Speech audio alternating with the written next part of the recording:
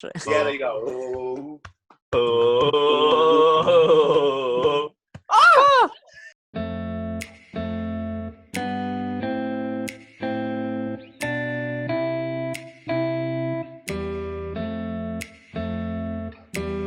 Hello, guys, and welcome back to another episode of the Day Drinkers podcast with your hosts, your boy Willie, music man Todd Wilson. Say hello, Todd. Hello, guys. And Matty JB down from the Copper Cow. Hello. And funny you should say Copper Cow because we're actually sponsored by the Copper Cow Takeaway now. So this week is the grand opening of their takeaway, which is collection only. Starting Friday, Saturday, Sunday. Yep. Yep. And you want to get your orders in at 11 o'clock the day before, 11 p.m. And it does a range of food and drink. And the website is also going live today, which is Monday, the 1st of June. That's it. So I think for now, we're just operating a click and collect system. It's going to be really nice and signposted and lots of information all over the place. It'll be nice and easy to follow. Follow the website, click it, collect it. Nice and easy. Job's a good one. Is it a simplified menu, Matt, or a full menu? Yep, it's a simplified menu, and he's doing some specials for like on the Fridays and Saturdays and Sundays. So obviously it'll be Sunday roasts and Sunday dinners on the Sundays. I think he mentioned like kebabs and stuff like that on the Fridays and Saturdays. So yeah, it's a bit more streamlined. Forward to. Yeah. I miss my lamb kebab from the Copper Cow. Yeah, a bit more streamlined, a bit more relaxed, and also a small selection of cocktails that are bottled up in big litre Kilner bottles as well. So they're perfect for keeping in your fridge for an afternoon or two. But I mean, come on, face it, who's going to leave it an afternoon or two? It's going to be gone by the time you open it, innit? But if you never know, you might just have one. You might just want one after you're working at home, and it could last you the week. You never know. That's it. Yeah. A bit, and because like so, for example, we're using cold brew coffee in our espresso teenies. It will stay fresh for quite a while in your fridge. So that's right. Nice and easy. Fantastic. Well, that's so exciting. Yeah. That's our sponsorship now. Is the Copper Cow. Yep.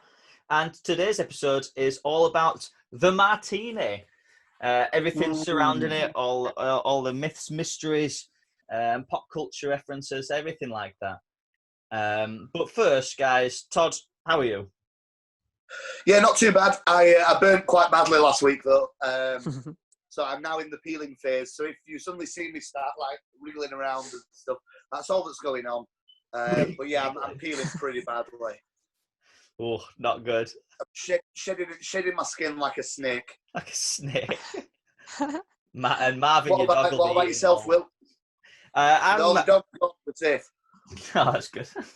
Yeah, I'm fine, perfectly well, and just work's coming my way now with, like I say, the takeaway being launched. So that just gives me a little bit more to do as well. Great stuff, Matt. How about yourself, Matt? Yeah, similar situation. Now that the Copper Cow's hopefully up and running by Friday, and gives us a little bit more to do and see how that takes off. And if it takes off really well, then I might be back at work sooner rather than later, which would be very nice because going a little bit stir crazy now. Yeah.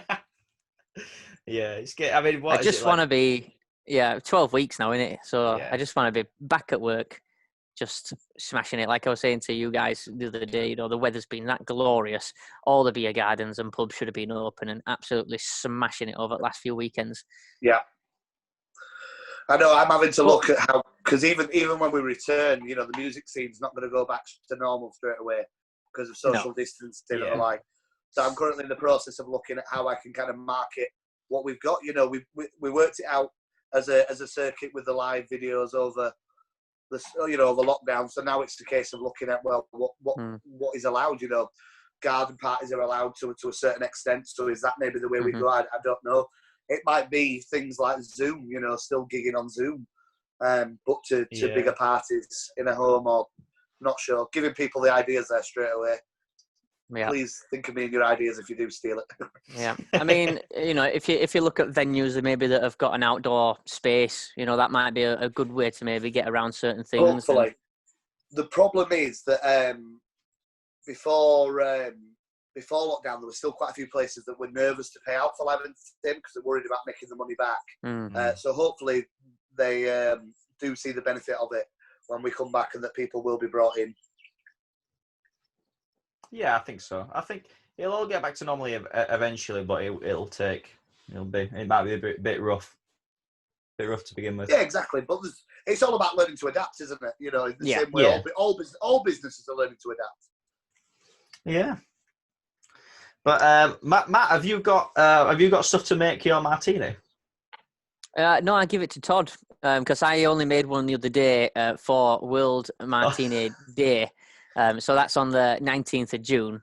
So I have been a bit premature with it, but I just really fancied making a martini. So I've donated my ingredients to Todd for this session on Zoom. Because I'm the cocktail cretin who doesn't know how to make any of them. So it's the new thing, isn't it? By the end of all of these, you'll be a pseudo mixologist. You'll know it all. I'm also the only one that fancies drinking at 10 o'clock in the morning when we film this. So. I mean, you say that, but I'm gonna be. Yeah, the boy Willie's got it. There you go. He's got his little tray. This is the drinks tray of It's a Mr. Men drinks tray that says Little Miss Sunshine. Mine's more of like a drinks table that's got nice stuff on. Have you already had a vodka orange? No, I haven't. Drink responsibly, guys. It's just plain orange, I promise. It should be like a Little Miss Spangled, or Little Miss, Little Miss Drunk. Little Miss. Do you know what? I think they do like adult Mr. M books like that. Yeah. I dropped my bottle of Lillet in the bottom of his arms car park this morning, so the top of like the neck is just smashed off. So I told Todd, I said, be careful and sieve it before you use it. Well, be lucky that it's not your 1980 bottle of martini. No, I'm not using that. Have you got a 1980 bottle of martini? Yeah. Yeah, it's a bit cloudy, so I don't think it's going to be good. Well, my Lillet is a little bit old, so it won't be the best, but we'll get through. But Todd, are you ready? I'm ready. Yeah. What am I doing first? So, you want to get your mixing glass and put some ice in it. I even got a fresh bag of ice brought to me by Matt. You did? Oh, did you? Yeah, man. I don't have a freezer, do I? So I don't have ice. Oh, yeah, forgot. If you've got any ice left as well, Todd, bang it in your martini glass just to chill it down a bit. If I've got any left, what you mean out of this massive bag that you brought me? Yeah. Get that martini glass nice and cold. If it were Nate, he'd put it on Matt's backseat of his car to just melt. Oh, the ice is literally all thrown together. It's gone everywhere.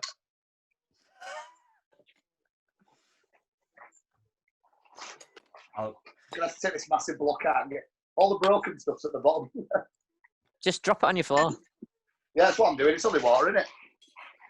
So you can make a martini with, or I should say, you can make a classic martini with vodka or gin, and it comes in a few different ways, like a dry martini, a wet martini, a clean martini, and a dirty martini, and any martini, any mix of those in between. Yeah. So what spirit have you got, Todd? Have you got gin or vodka? I've got both. You got both? I thought Todd might make a Vespa. Oh, very nice, very nice. And I've got facts to tell you about the Vespa, so I'm glad that Matt thought that. So. Oh, that's good. So I like to start with vermouth first, which is your Lindy, French vermouth. Yeah. And you want to put, if you're wanting it dry, you want to put like 5 to 10 milliliters of vermouth in. But if you're wanting it wet, you'll put in 20 to 25 mil. Okay. I'm probably going to go wet. Yeah, I've gone slightly wet. Although I shouldn't really, if I said that mine was a bit, my vermouth was getting on a bit, but. I mean, like say. I've gone more moist than wet. I haven't gone for the full wet. I've gone moist. Just a little moist. Yeah.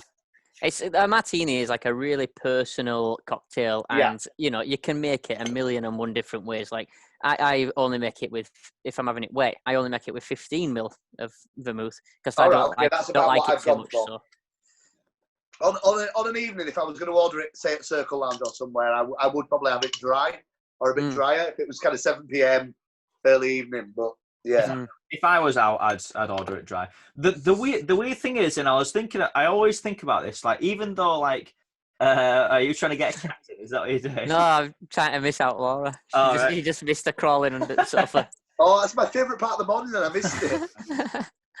But yeah, so if you have like a lot of people like to like go, no, have it wet because then you get all the booze. But what's really strange is that if you have more vermouth in, it actually makes it it actually makes the body of liquid weaker. Like, really? In the sense of ABV, alcohol by volume, because it's weaker, and so it brings down it, it brings down the strength of the gin, and like a martini as well. It should be all about the gin. You know, originally it was all about making the gin taste nice and different. You know, it really brings out the water in the ice, brings out the flavors of your gin. It's like having a bit of water with your whiskey. Yeah. I'm making a clean martini today because I've got the Tanqueray Rangpa, which is made with Rangpa limes, which has its main botanical. So clean, what that means is you have like a citrus peel, be it lemon, lime. I've got orange today because I like orange. But if you're having it dirty, then you'd put some olive brine in and some olives, which is why you see that. And it's also known as a Franklin martini. Is that right? Oh, really? I didn't know that. Yeah. Do you know the history why, or? No. Okay. We might find out later, though. Yeah, we might.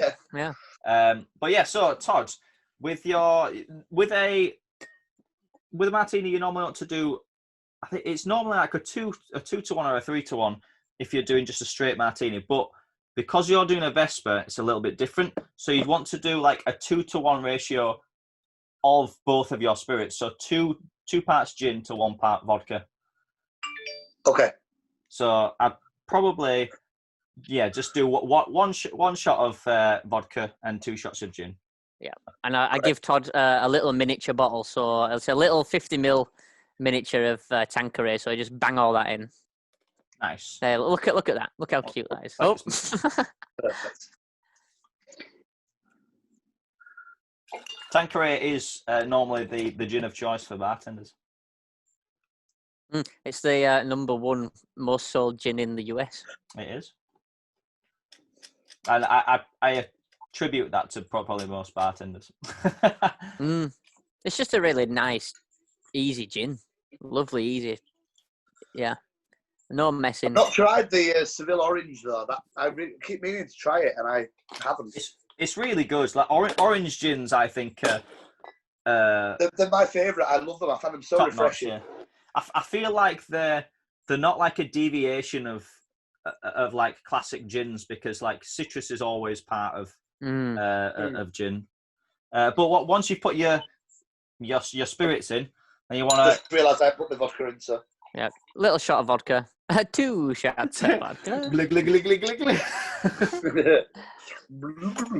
And then get a bar spoon or a stirrer, and then just slowly mix that around. Yeah. And if you've ever made an old-fashioned, Todd, then this can range from a minute to 5 minutes, depending on how strong or weak you want it. So obviously we're not going the Bond method here. We're not, no. Because he has it. Is anyone who's got the best Sean Connery impression? Don't give away all my answers for later as well. I've got some questions to ask you on. All right, okay. Okay. Sean Connery. Shaken, not stirred, is not one of them because it's too obvious. Yeah. Right, that's fine. No, I'm not really that good with impressions. You're pretty good with impressions, Will. So here I go anyway. So it goes, shaken, not stirred. Oh, that's pretty good. I don't know. That is pretty good. I like it. Because the thing with the Connery impression is you always go too much. Like mine's too much about shaken, not stirred. Like it's too obvious with the sugars. But yours was nice and subtle. I like that because it was a genuine impression rather than a Mickey take. Yeah, I know what you mean. He's a big fan of Wimbledon, is Sean Connery, though. Did you know that? No. Do you know what time he usually arrives at Wimbledon? So it's going to be this is a joke. This isn't. Yeah. This isn't a real fact. Tennis. My worst joke possible, but also my favourite. You know what? It was so strange because, like, the first line of that, I was like, "Oh no, I didn't know that." But then you, I don't know what it was that gave it away. I was like, "This isn't a real thing." The fact that it's why would he arrive at the same time all the time anyway? Like, oh yeah, true. But yeah, that's the key to telling a good joke. Is you've got to set it up. Yeah, set it up, make people think something's happening, and then. I keep stopping staring, and I realise I'm not supposed to, am I? Oh yeah. So give it a little taste now, Todd. So just have a little bit of a dab on the end of your hand, you can put a little bit on there. No, don't lick a knife, Todd. Oh, it's gorgeous.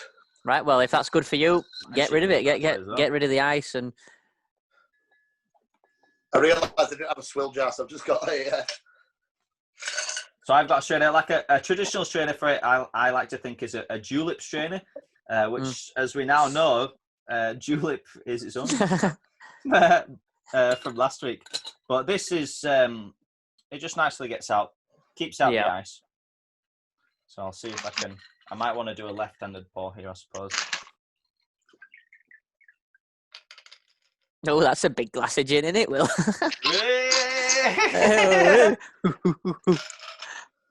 Yeah, it's a nice looking cocktail. There we go. And then, if you get your citrus peel, here's one I made earlier. And then you can either like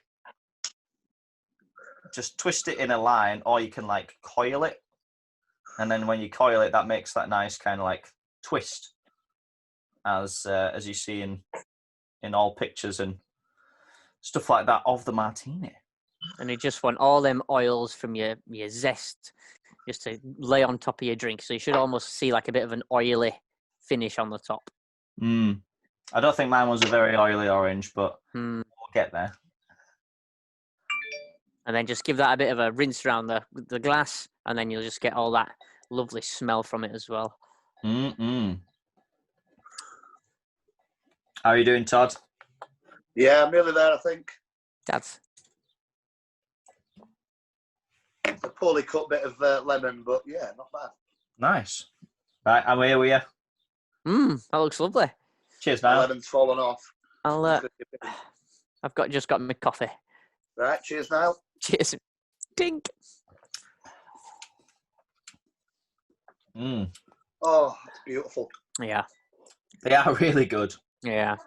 I'd forgotten how much I like them. I'd had them so long.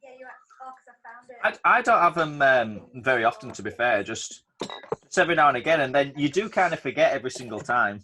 But I know people.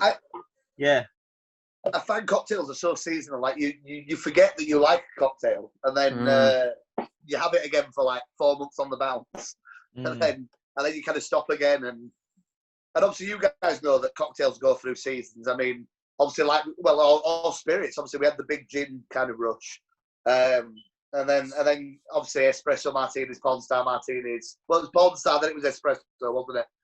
And do you feel you're still kind of in that espresso martini kind of rush, or? Yes, if anything, because I always like to think that because we're in like a small town in the north, like trends hit us.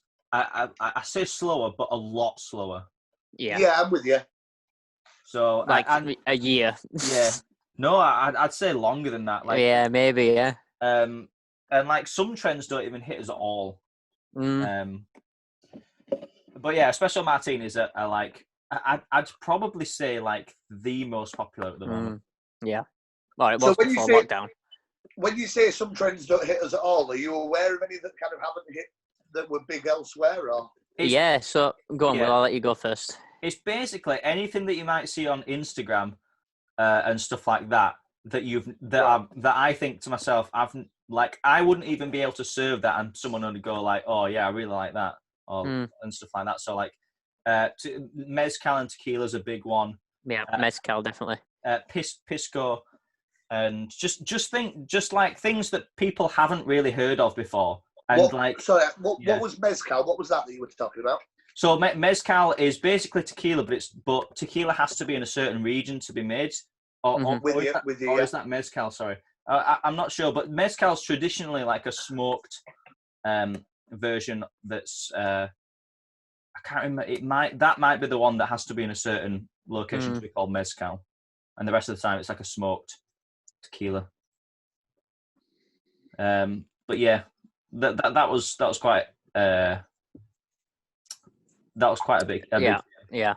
And like even like Negronis and stuff like that, like we'll sell maybe the odd one here and there, but like down in London and Manchester and stuff, they used to be mad on it. Yeah. You know? Well, do you know what? Negroni was the one I was going to mention, because I know my mate's bar in Liverpool kind of went through a phase when Negronis were kind of really huge, and the bars around them. But it's not something I've seen commonly over here, really. Discussed much or ordered much. You'll get like. It's not. I always like to think that like Negronis, because we don't sell as much. I can normally guarantee that if I do serve it to someone, then they themselves are a bartender. Yeah, and that seems to be like the normal thing that happens if I'm serving a Negroni.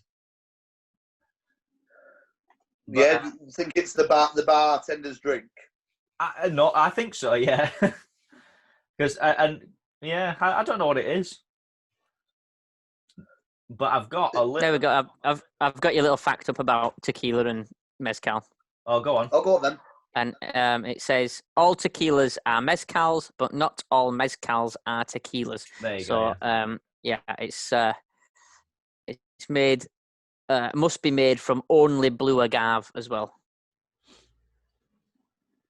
Which is why it's normally expensive to import and ship is tequila. That's why all our tequilas are normally crap unless you spend a lot of money on them. Yeah. So there you go. But a martini for me is, I say this, or I used to say this all the time. Like every time I'd make any drink, I'd be like, "Oh, this is one of my favorites."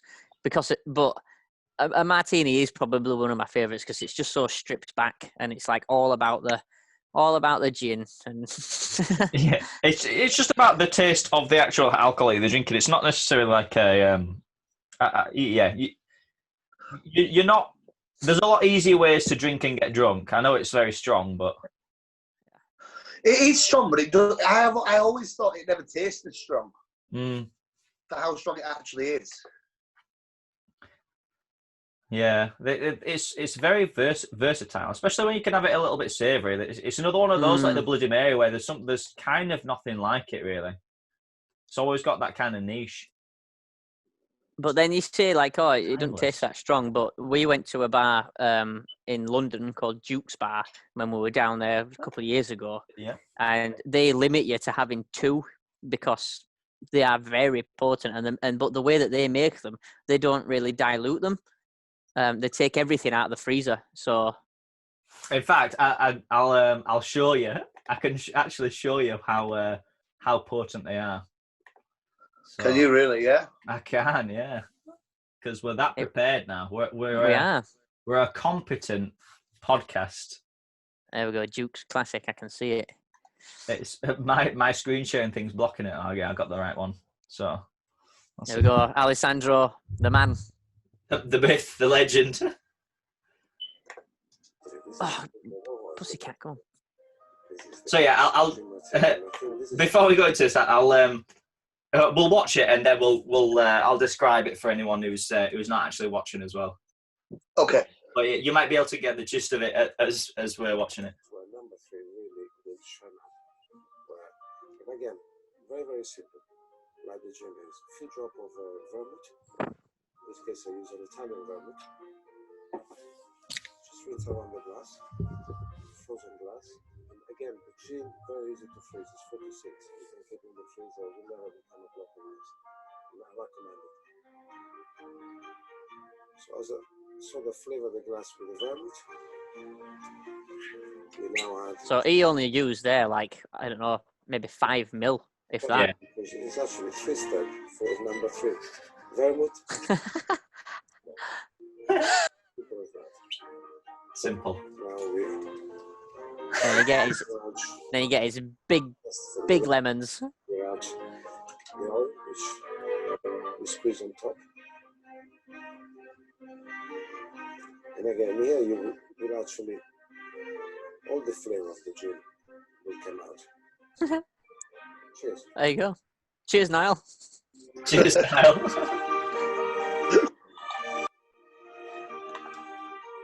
Oh, what's going on? I don't want to buy it now. Yeah. So there you go. Wow. Right, okay. Right, we have only got 10 minutes until the next Zoom thing, so just keep that in mind. I think it tells you at the top, but yeah, I'll just let you all know. But yeah, 3, 2, 1, go again. So, Todd, what do you think of Alessandro Palasi's Martini? Just nice and simple, but it looked fresher than mine. I don't know why. Mine doesn't look as fresh as I don't know if it's just the glassware that he's using and the like. But yeah, but just very simple. Yeah. So he has a tiny little dash bottle. It's the kind of thing that you'd see like vinegar in restaurants and stuff. And he puts like the tiniest bit. He puts like 6 dashes from it. Yeah. Which, as you know, like only lets out a drop or so. Yeah. And I reckon there ain't even. Glass is completely frozen. It's quite a small glass compared to what we've got, but yeah. But what do they do with the glasses? Well, because we were asking, and don't they like coat them in water and then bang them in the freezer? They do, yeah. So that keeps it colder, yeah. That's why it looks so cold in comparison, then, yeah. Yeah, and it basically stops it from being clear when it's frozen. It gives it a nice like frost all the way over. And then what's lovely about that is. Because he keeps the gin in the freezer as well, and as you said, it's quite easy to freeze because it's 46%, so you're not worried about any kind of freezing. Which is the number 3 that he co-created. Actually, he created that gin, and he then goes into basically this empty glass of like 6 drops, fills up the entire glass with the number 3 gin. Yeah. Did we work it out that it's about 90 ml? I think it was more than that. Maybe a bit more, You can see, like, he's where does he start? He starts, I think there's a bit where so here, if you can see my cursor, it starts to just where the top of the key is, really. And then you can see later, when he puts it down, I think that... Oh, no, I think that's after... I don't think he used that much. He can't use that much. Because it's now like way... He's used half a bottle in it. Half a bottle, yeah, I don't think so. But I won't be surprised. There is another one where it's probably the same take. It might be here. No, that's another one where it's half full. But either way, it is a lot. Yeah. Does look strong, doesn't it? Yeah. Yeah. So I think it was about a quarter of a bottle that's used in the Martini. What, so nearly 200 ml? I think so. Yeah. I mean, that would explain why it were like £21 for a cocktail. Yeah. Yeah, because you're getting like. Did you guys go here? Yeah. Oh yeah. Oh yeah. So and one thing before we move on is that where he has this perfectly frosted glass, and then watch what happens to like the frosting as he pours the gin in. This is perfect because it's actually 3-step for number 3. It just slow. Oh wow! Yeah. Simple as that. So all that ice on the inside of the glass has just literally just watered it down that tiny little bit. And so then it is delicious. Like super cool.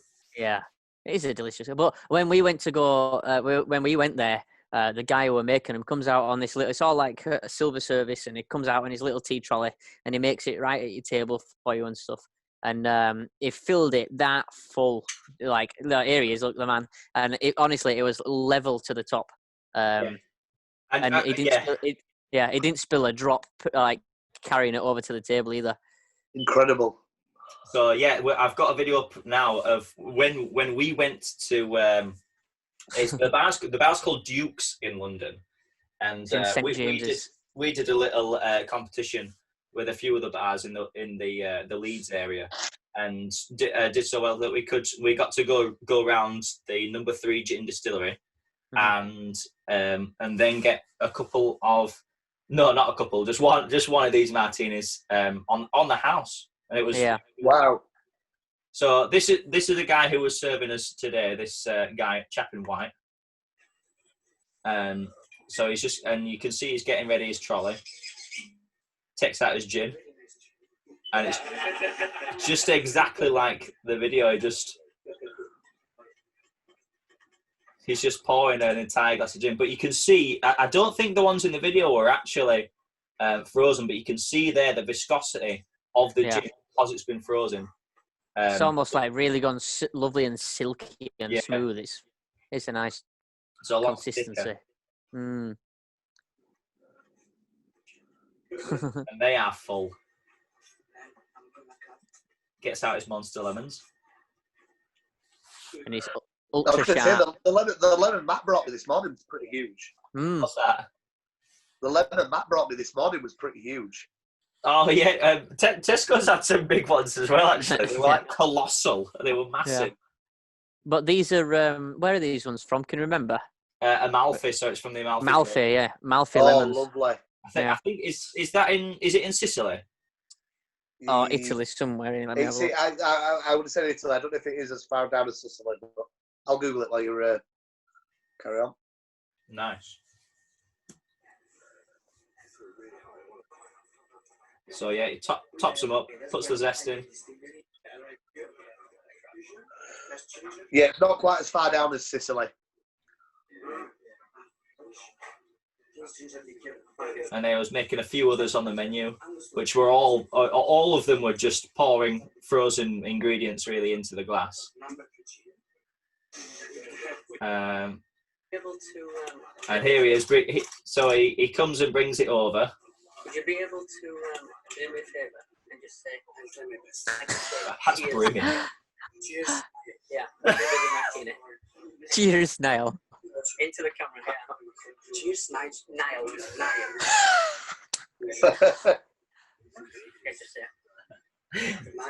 Niall. Who's Niall? Chef, how was it? So yeah, we got him to say cheers, Niall. What are you like?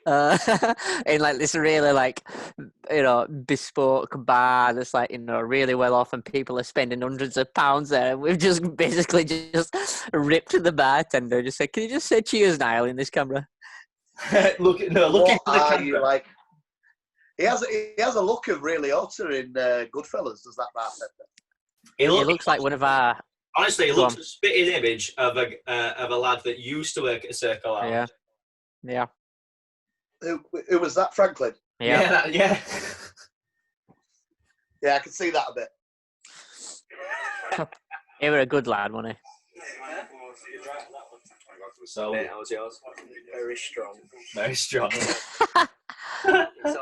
State and eight. Me and Matt haven't tried ours yet, so. Cute couple. Cheers now. Cheers now. I think this were after we'd already done like a bit of a wine tasting at the Berry Brothers as well. Oh, wow.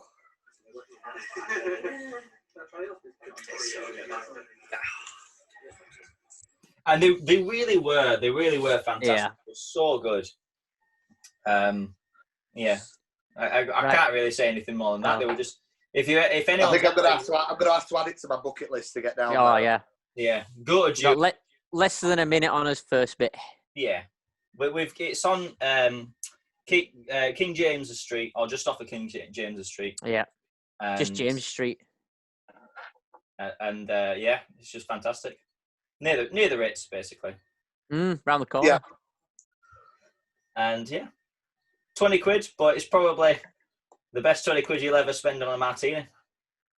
So that was the Duke's Martini, which is has been voted the #1 best martini many times over as well. It's quite renowned now as well.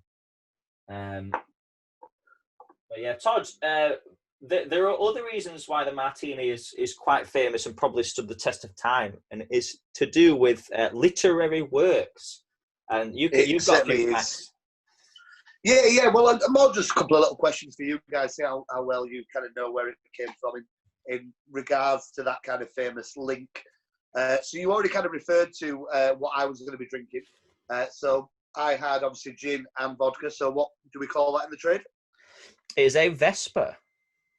It's a Vesper martini, and famously drunk by who? Jimmy. Jimmy B. Jimmy B. Mr. Jimmy B. Yeah. The old Jimmy B, Mr. James Bond. Yes, that's right. So the obvious question, obviously not how we've had it this morning, how does he prefer his Vesper martini? Chicken nuts. Shall I go right into the microphone and try and do a really quiet one? Yeah, I want the ASMR effect. I'll put this down. Oh no, I'll keep it on. We'll go. Chicken nuts, dude. Was that all right? Send shivers down my spine. Good.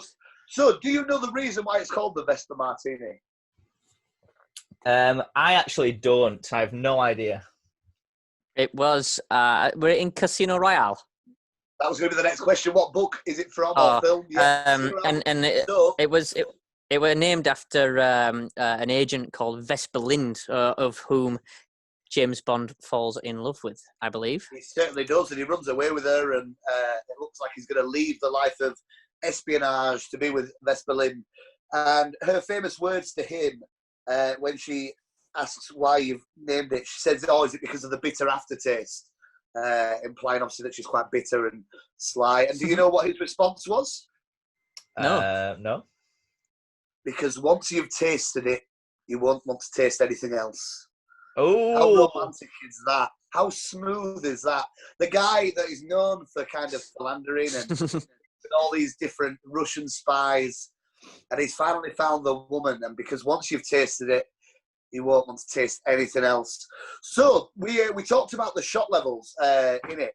I just wondered if you guys know what the according to the book the correct measures were.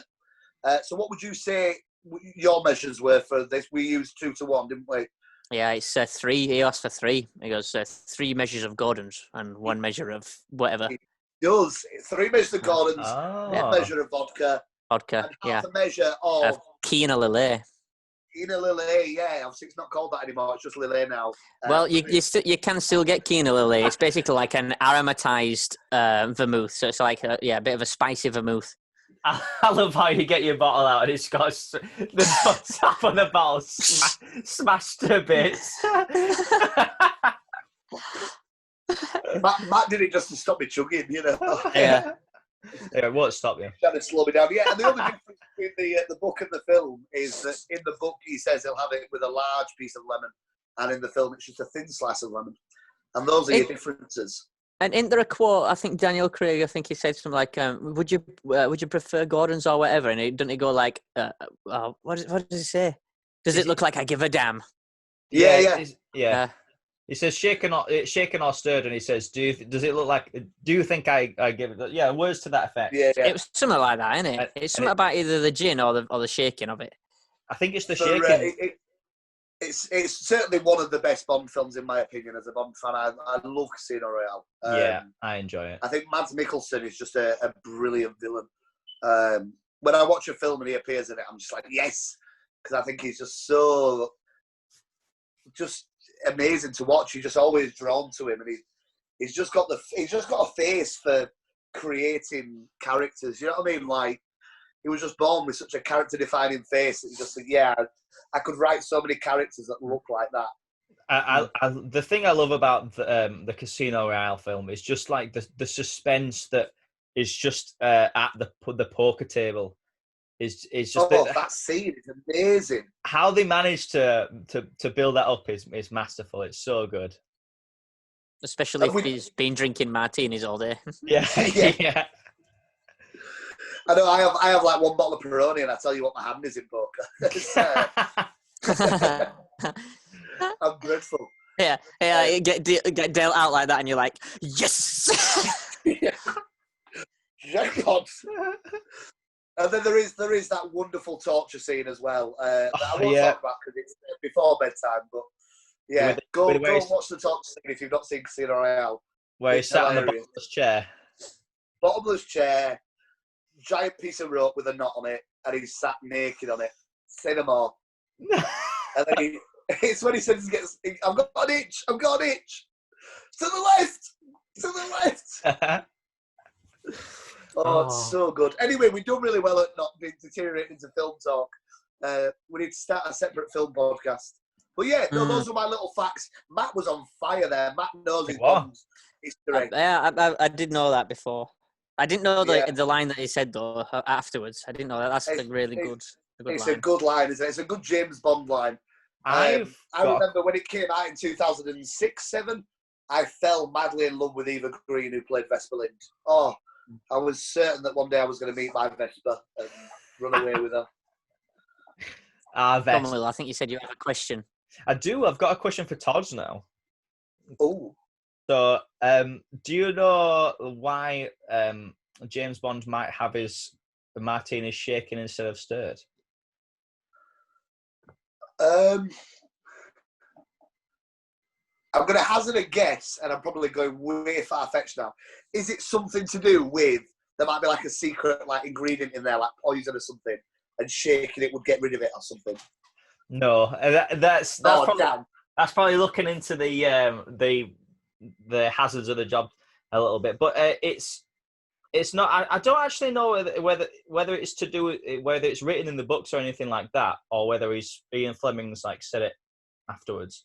But I'm pretty sure that it's to do with when you shake a martini, it dilutes it a lot more. So that the reason why he asked for them shaken instead of stirred is because he's not meant to be drinking on the job. But with you, so the joke is meant to be that he has it shaken because it's not as strong if it's shaken. Yeah, but yeah, he's still keeping up with that appearance of being kind of classy and sophisticated. Yeah. Although I remember all the uproar when Casino Royale was coming out because it was going to be sponsored by Heineken, and there was going to be a scene with him drinking Heineken. And all the die-hard traditionalists were furious because it was, how dare they get rid of the classic? And there is a scene where I think he does have a bottle of beer, but it's actually when he's retired because early on in the film he retires and he's not going to do it anymore. And that's no spoiler because Casino Royale is the first in the series of the canon. And he does. He's on a little island and he has that. And then he also has some sort of shot which looks like a tequila or some kind, and he has a scorpion on his hand that he has to drink the shot and then get the scorpion under the glass. Oh yeah, I don't know if you know what spirit that is, but we'll have to look into that. I don't know whether that might be on in Skyfall. You know, I think it is in Skyfall. Yeah, I thought that was in because he's in that like little beach. In a beach bar or something. He's in a beach bar. That's after he has his little accident right at the start, isn't it? Yeah. But right. there is a sponsorship in Skyfall as well. Or I can't remember I think it's Skyfall, not Spectre. But the sponsorship in that is, and I think it was a huge deal at the time. Like I think it was masses and masses amount of money. Where Belvedere. They said they wanted to. They did sponsor for him to drink it in his martini, and Belvedere is vodka. So that changed it up a little bit. Yeah. Ah man, that's fascinating. And there was me. I was going to suggest that we do the shots next week with scorpions. Are live scorpions readily available in the Calder Valley? I'm not sure. You can get them. I think you can get dried scorpions and eat them. Oh no, we don't want dried. I want the risk of it crawling up my arm. Sorry, yeah. But yeah, Matt, actually, going on to like vodka martinis. You know quite a lot about. I think it was in the 70s and 80s when they drank a lot of vodka martinis. Yeah. So obviously, a gin martini is the traditional martini. It were out way before vodka even got remotely popular, and they used to, all the businessmen in New York and stuff, they used to go out like on Wall Street and have 3 martini lunches. So it was a thing where they used to go out, have a couple of martinis with lunch and go back to the office. But the problem with gin is that you can smell that you've been drinking gin. So vodka and Smirnoff especially released this marketing campaign. I think it was around the 60s, but it might be a little later. And it was saying vodka leaves you breathless, or Smirnoff leaves you breathless, meaning that after about 5 minutes, the smell dissipates off your breath. So you can't actually smell that you've been drinking vodka all day. So this 3 martini lunch thing, where people were then, getting into trouble for having too many martinis and going back to work, it was a thing of the past because people had no idea if you'd been drinking or not. So they this massive marketing campaign, pushed it. Smirnoff leaves you breathless. Like I say, they banged it into, I think, a few James Bond films and advertising that way. And Smirnoff then started to outdo gin over in the States. And slowly gin just disappeared until, like I say, about the 90s, I'd have thought. Gin started to come back, 80s, 90s. I think it was the similar time when Bombay Sapphire was big. They brought That's out right, Bombay Sapphire. Yeah, Bombay Sapphire was the big turning point. I remember that as a child. Yeah. That appearing more in the house and stuff. Yeah, because up until then as well, gin had been just done in clear, either green or clear bottles, and Bombay were the first to do it in a coloured bottle, blue bottle. And once again, they hit on that marketing campaign. And, they had to tell so many people that it wasn't a blue gin, it was just the bottle. And it just got really popular, and it brought sales of gin back. I like that fact. Again, related to my film knowledge and everything, there's obviously that great series, The Wolf of Wall Street, where he's with Leonardo DiCaprio and Matthew McConaughey, and they order those. And I didn't realise the history behind it. Is that what we do? And he says, we'll have them every 10 minutes, and then after that, every 5 minutes until one of us passes the F out. I obviously knew that culture was kind of there on Wall Street, but I didn't realise that was such a prevalent fact. That's really interesting. Is that? It's a wazzy, it's a woozy, it's a wazzy, it's a woozy. It's a gazi, fugazi, fuguzi. I love that scene. It's so good. And then he does that little whistle with his teeth. It's a wazzy, it's a woozy. Yeah, there you go.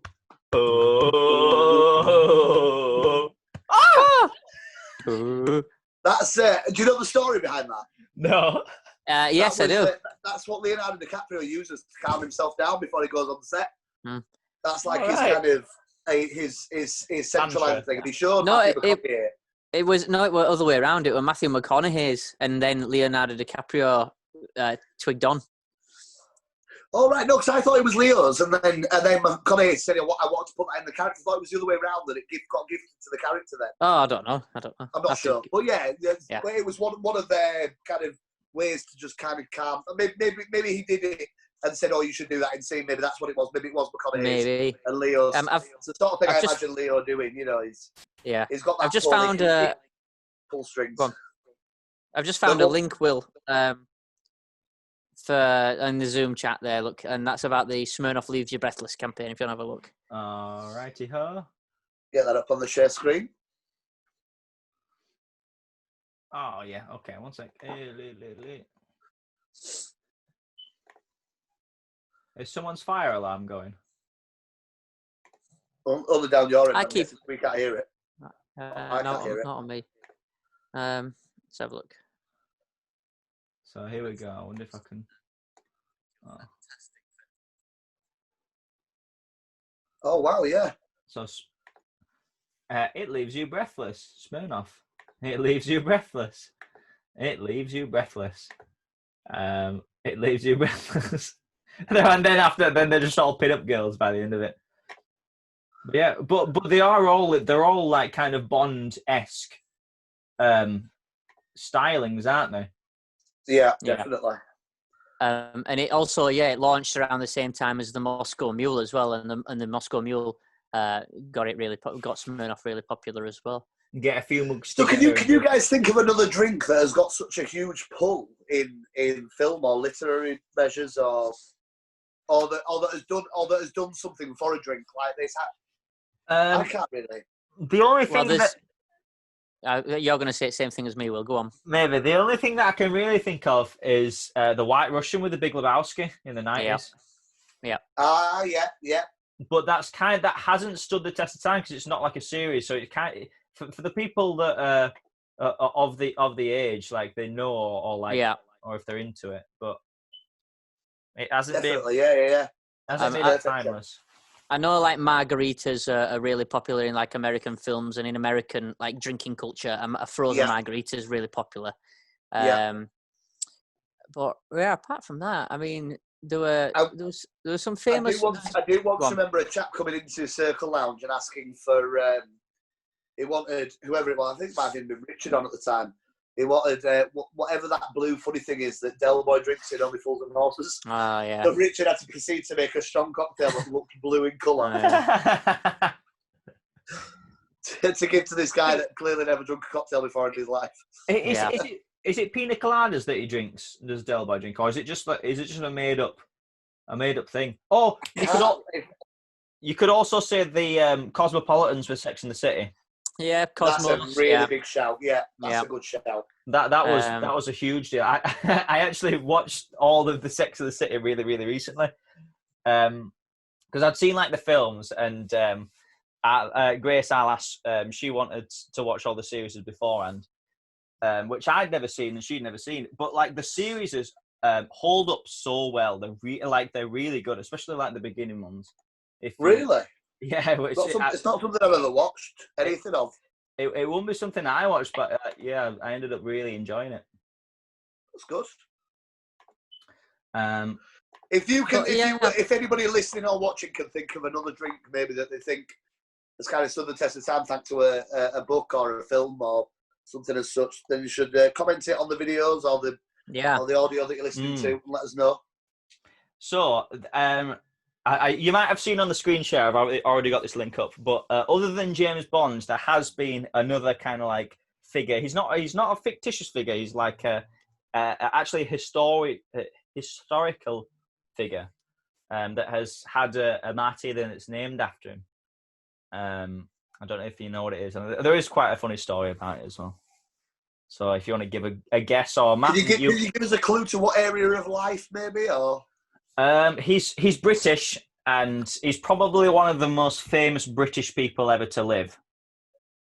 It's got to be a. Yeah, I was thinking Churchill. Yeah, it's. Well, funnily enough, before you said anything, I was thinking somebody like John F. Kennedy or someone. And then when you said British, I was like, oh, I wonder if it's going to be a politician of some kind. So, go on then, tell us the story there then. So. Churchill liked to. He loved his gin basically, and he loved to just like drink and smoke cigars, as you probably know. But his martini, he said he wanted it waved in.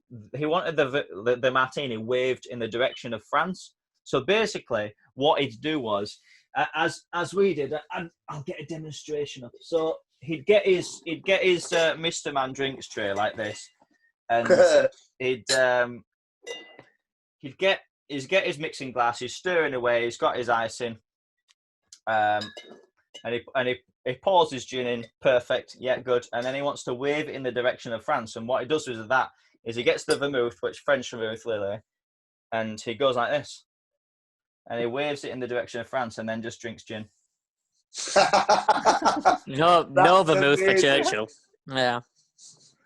I want to know what Mr. Man Churchill was.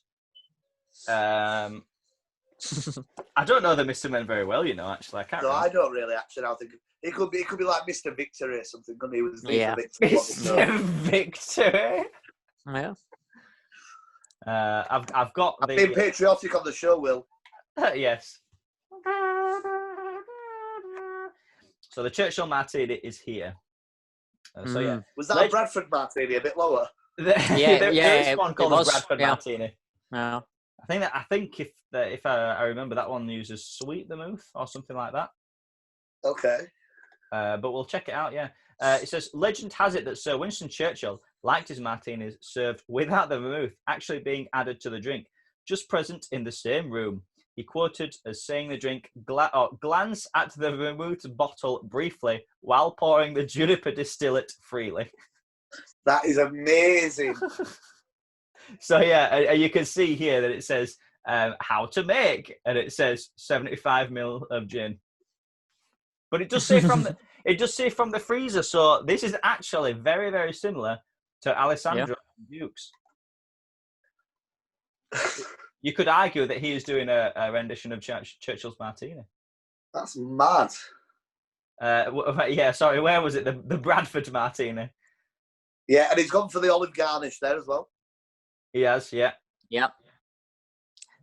They always said an even number of olives is bad luck, so it's always garnished with either 1 or 3. Yeah, really. And odd numbers as well are always a lot more. It's not just a lot more appealing. It's satisfying to see. Yeah. So this is Oh,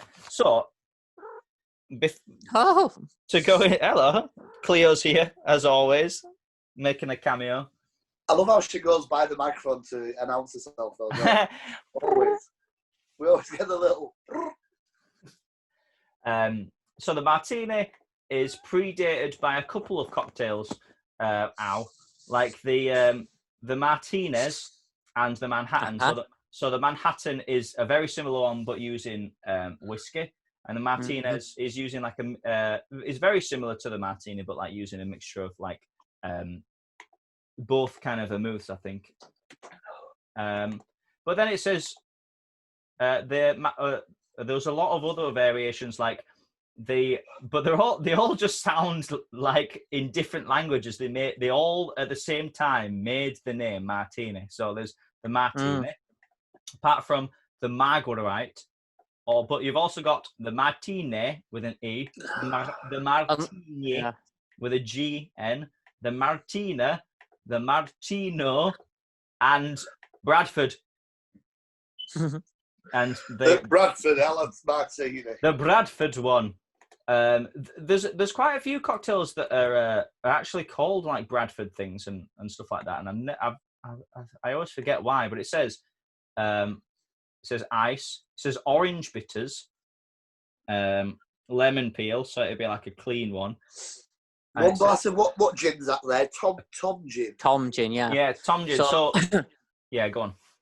I'll say Old Tom gin was probably the first style of gin that we actually know and like it was like really popular in the day. It started out as Geneva, and then it went underground when gin got banned, and then they started to make an Old Tom gin, which is like a sweeter style of gin. So laced with loads of sugar just to hide all the horrible flavour, basically, because we couldn't make it properly. Fabulous. It emerged when distillation was very, very crude and rudimentary. Well, I don't even think distillation was a thing at that point. I think. Oh, yeah, you're right. Yeah. Just pouring it in barrels and leaving it to sit. Yeah. So that is the Bradford Martini. That kind of. And there's the Marguerite here, which is French vermouth. Unless it's pronounced like Marguerite, like a margarita. Maybe, yeah. Maybe. If it's French, Marguerite. But that has some anise in it, so that would have a bit of kind of a licorice taste to it. And then there's like early ones that just say gin cocktail and fancy gin cocktail. So this is going back to what, like 1800s? Yeah, 1800s when like Jerry Thomas, who was a really famous person, was a really famous bartender, was alive. So it's similar to like the old fashioned also was like this. So the old fashioned was originally just known as a whiskey cocktail, and it follows the same thing of like a little bit of sugar, spirit, bitters, and ice, and there's your cocktail basically. Yeah. Go on then, boys. What's a pony glass? It's just like another old measure. So like you could get a gill or a cup. It's just like another kind of measure, really. Okay. I don't know exactly what how big. What millage. But yeah, there used to be like pony glasses and gills or gills. I've heard of a gill. Yeah. Or so gill. Just another one of them, really. Right. So then you've got. So this is a very early one. But it's in a different language, so I won't be able to read that. It's all right. Take a glass of. Oh, okay. Wait, did you what? I can read some of that. Can you? What language is take it? a glass French? of Melange #1, so that'll be the spirit, with some, I'm guessing Morocco is shaved ice, because it was shaved ice before, isn't it? Or piece of ice. 3 traits, I'm guessing, is drops of Angostora's orange bitters. Finish with gin and vermouth, equal quantities, not sure if you were, and then put it into the glass #5. Serve with a zest of lemon. I know cerise. What's cerise? And an olive, or maybe cerise is cherry. I'm not sure. Goût de consommateur. I'm not sure what that means. Here we go. I found a pony glass, and we've actually used to have a few of these at Circle Lounge. And really? as soon as I show Will, he'll know exactly what I mean. Let's have a look. Get up there. Come on. Sorry. Oh, right. Yeah. So they're actually the. Yeah. Oh, you got them. Yeah. Oh, yeah. I recognise the glass like that. Yeah. So they normally hold like about 50 ml, don't they? Yeah, they're like a little mini sherry glass or something, aren't they? Yeah, I always assumed them to be like sherry glasses. Yeah. Oh yeah, and then the last bit of that was just make it to taste sort of thing. So add the olives and stuff to taste, whatever suits you. Like for the consumer, yeah. Yeah. But yeah, so fast forwarding to like the 80s kind of thing, where you had like another. I'd like to say it probably, that's probably a renaissance of cocktails was in the 80s. Yeah, like a resurgence maybe. Or yeah, that's it. So you've got 10 martini recipes here. So you've got the so these are like modern martinis and stuff. So you've got the classic martini. We know about that. That's the real deal. Mm-hmm. And we know that the martini glass predates the actual martini cocktail, which is probably actually why the martini had so many of the same name, but seemed to be in different languages.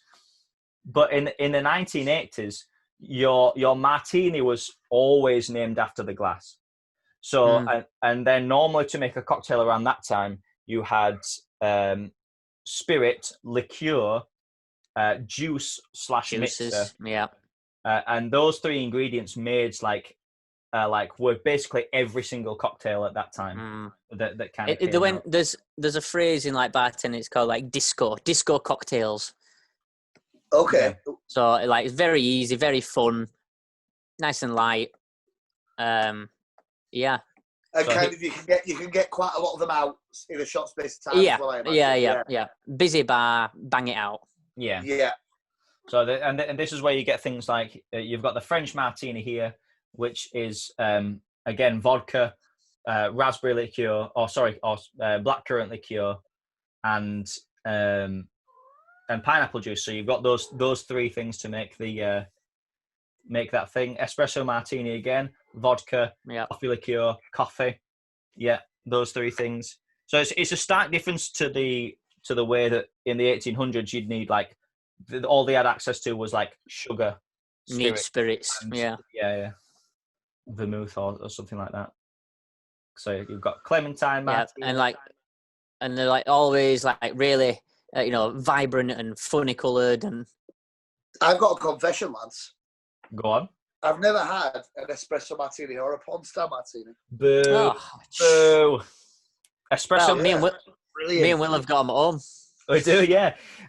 So we'll just take a quick break to announce our sponsors again of the Cup of Cow takeaway, click and collect. And Todd, you said you've never had an espresso martini or a porn style martini. Well, never had an espresso martini or a porn style martini. That craze passed me by. I was aware of it, but never went for it.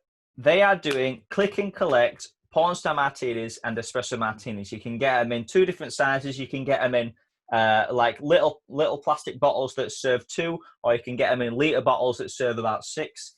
And they're ready to serve, so you can just pour them over ice, or if you've got the apparatus, then you can shake it up as well. Amazing! I'll be getting on that. And so they're not watered down yet though, so they haven't already been pre-shaken. So if you do have ice, shake it with a bit of ice, pour it in. If not, you know what? you'll still get a really tasty cocktail if you just want to shake it and pour it in a glass. Yeah. And you can keep it in your fridge, as we said at the start, for a week or two if it's the espresso martini. Yeah. Breakfast martini here, lychee martini. Oh, and it ends with the Vesper here. Let's see what. Let's. Lovely. Interesting that they've served it in like a wine glass there. Yeah, I think it's just because they want it to be fancy. Yeah.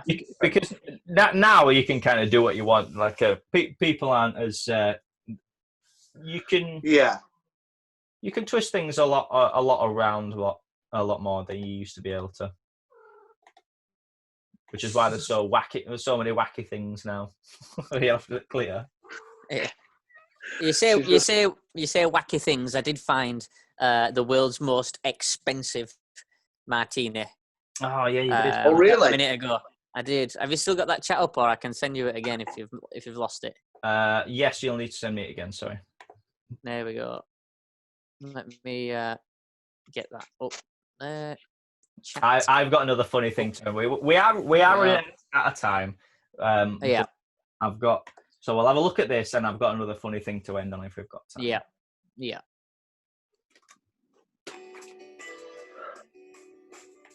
Well, you'll need a screen share, Will, I think. Yeah, one sec. Yeah. I was just enjoying the music then. Yeah. There we go. On the bar. Hey, so this is titled $18,000 Martini. Is a cocktail called the Diamonds Are Forever Martini. And this was 10, 11 years ago as well. So it might even be more expensive. If we're talking over 20. You could propose to like a Beyonce. $25,000 martini now, I reckon. With a martini that contains a 1.06 carat diamond. They look very impressed, you could tell. Yeah. And bloop. There you go, and then you swallow it. Huh? I'm sorry, there's a bit of glass in the bottom of my drink. Can you imagine being that dim? You also get an exclusive rendition of Diamonds Are Forever. No one's ever bought one. They've kept that singer in a cage for years, waiting for someone to buy one. There's just a little singer being fed scraps of bread, waiting to sing "Diamonds Are Forever."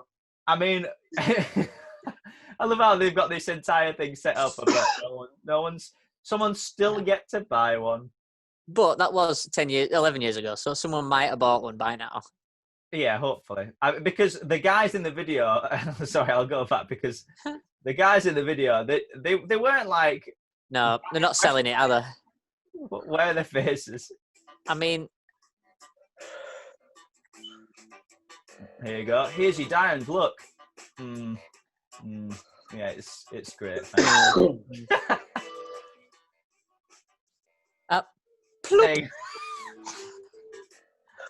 Drops it in for the price. I mean, by the looks of what he's drinking, anyway, like, yeah, I don't think they're gonna like that. Look at her face in that martini glass. Can I have a salty rim, please? Have you seen her face in the reflection of that glass, Will? Yeah, that's brilliant. If I was like a Premier League footballer though that was getting like 400 grand a week, I'd definitely be going and buying one of them just for the sake of you'd do it all, wouldn't you? Yeah.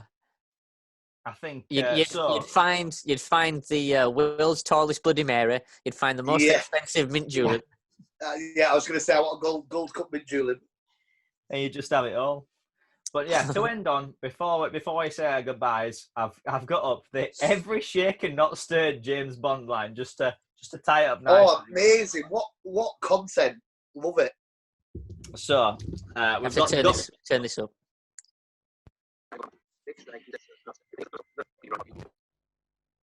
Oh, it's very jumpy for me. Well, I don't know about you, Todd. Do you have any leads of your own? Yes, I do. That's stir, not shakes. That was right. Perfect. Perfect. Martini for our guest today. Shaken, not stirred. Of course. Compatible. I love in the old films that you can see where they've still had to like line up the things because they didn't have like the recording equipment available to have like mics. Yeah, oh yeah. Mics right over top. So you've still got to. So we're in 1977 now. The Spy Who Loved Me. Yes, sir. The lady will have a Bacardi on the rocks. Bacardi on the rocks. Well, we Yeah. know who sponsored this. Yeah, you smash head. Love a bit of product placement. Shaken, not stirred. So she surprised Bond with that one. And this is the same film, The Spy Who Loved Me. Oh, yep. That's after she's had that Bacardi. See? Wait, why is she asking for it now? She's just backed a van into a guy against the wall and then says, Shaken, but not stirred. "Oh right, that's how she killed him." Yeah, shaken but not stirred. It's a pun worthy of Arnold Schwarzenegger, is that? Moonraker. Vodka Martini Center. Shaken. Not stirred. Miss Kennedy, would you get me a medium dry vodka martini? Shaken. Not stirred. Too much Everyone- drama in that. everyone just keeps looking around and it's like, thinking, why is he asking for this now? Shaken, not What's she doing? She made a very lewd hand gesture when she said shaken, not stirred. As if no one knew what shaking was. vodka martini, eh? Shaken, not Vodka martini. Shaken. Not stirred. Go on, Pierce Brosnan. I love Pierce Brosnan. He's like he's my favourite. I Yeah. love him. He's my childhood Bond. Yeah, my childhood Bond was mine. He's probably got the best look for Bond. He does in have terms of the a book. very kind of classic look, doesn't he? It's how the books describe Bond as well. How he And looks. GoldenEye as a film is just superb. Mm. GoldenEye. GoldenEye. Yeah, I love it. Charming, sophisticated. You're a wizard, James. But not stirred. Shaken but not stirred. Oh, see, they're taking the piss out of him now for it. In 1995. Mr. Bond will have a vodka martini, shaken, not stirred. Mrs. Carver have a tequila. Straight shot. No, Mrs. Carver will have a glass of Mr. Carver champagne. Mm. I love how so you get into the 90s and everyone knows it so well that they're doing it. Vodka martini. Shaken. Not stirred. Do you know what? Now you've told me that fact, it makes so much sense. Dry martini. Yeah. Wait. Oh, here we go, Casino Royale. 3 measures of Gordon's, 1 of vodka, half a measure of Kina Lily. Shake it over ice and then add a thin slice of lemon peel. There you go, Todd. Yes. You know, Beautifully done. Don't lie. It's not done, man.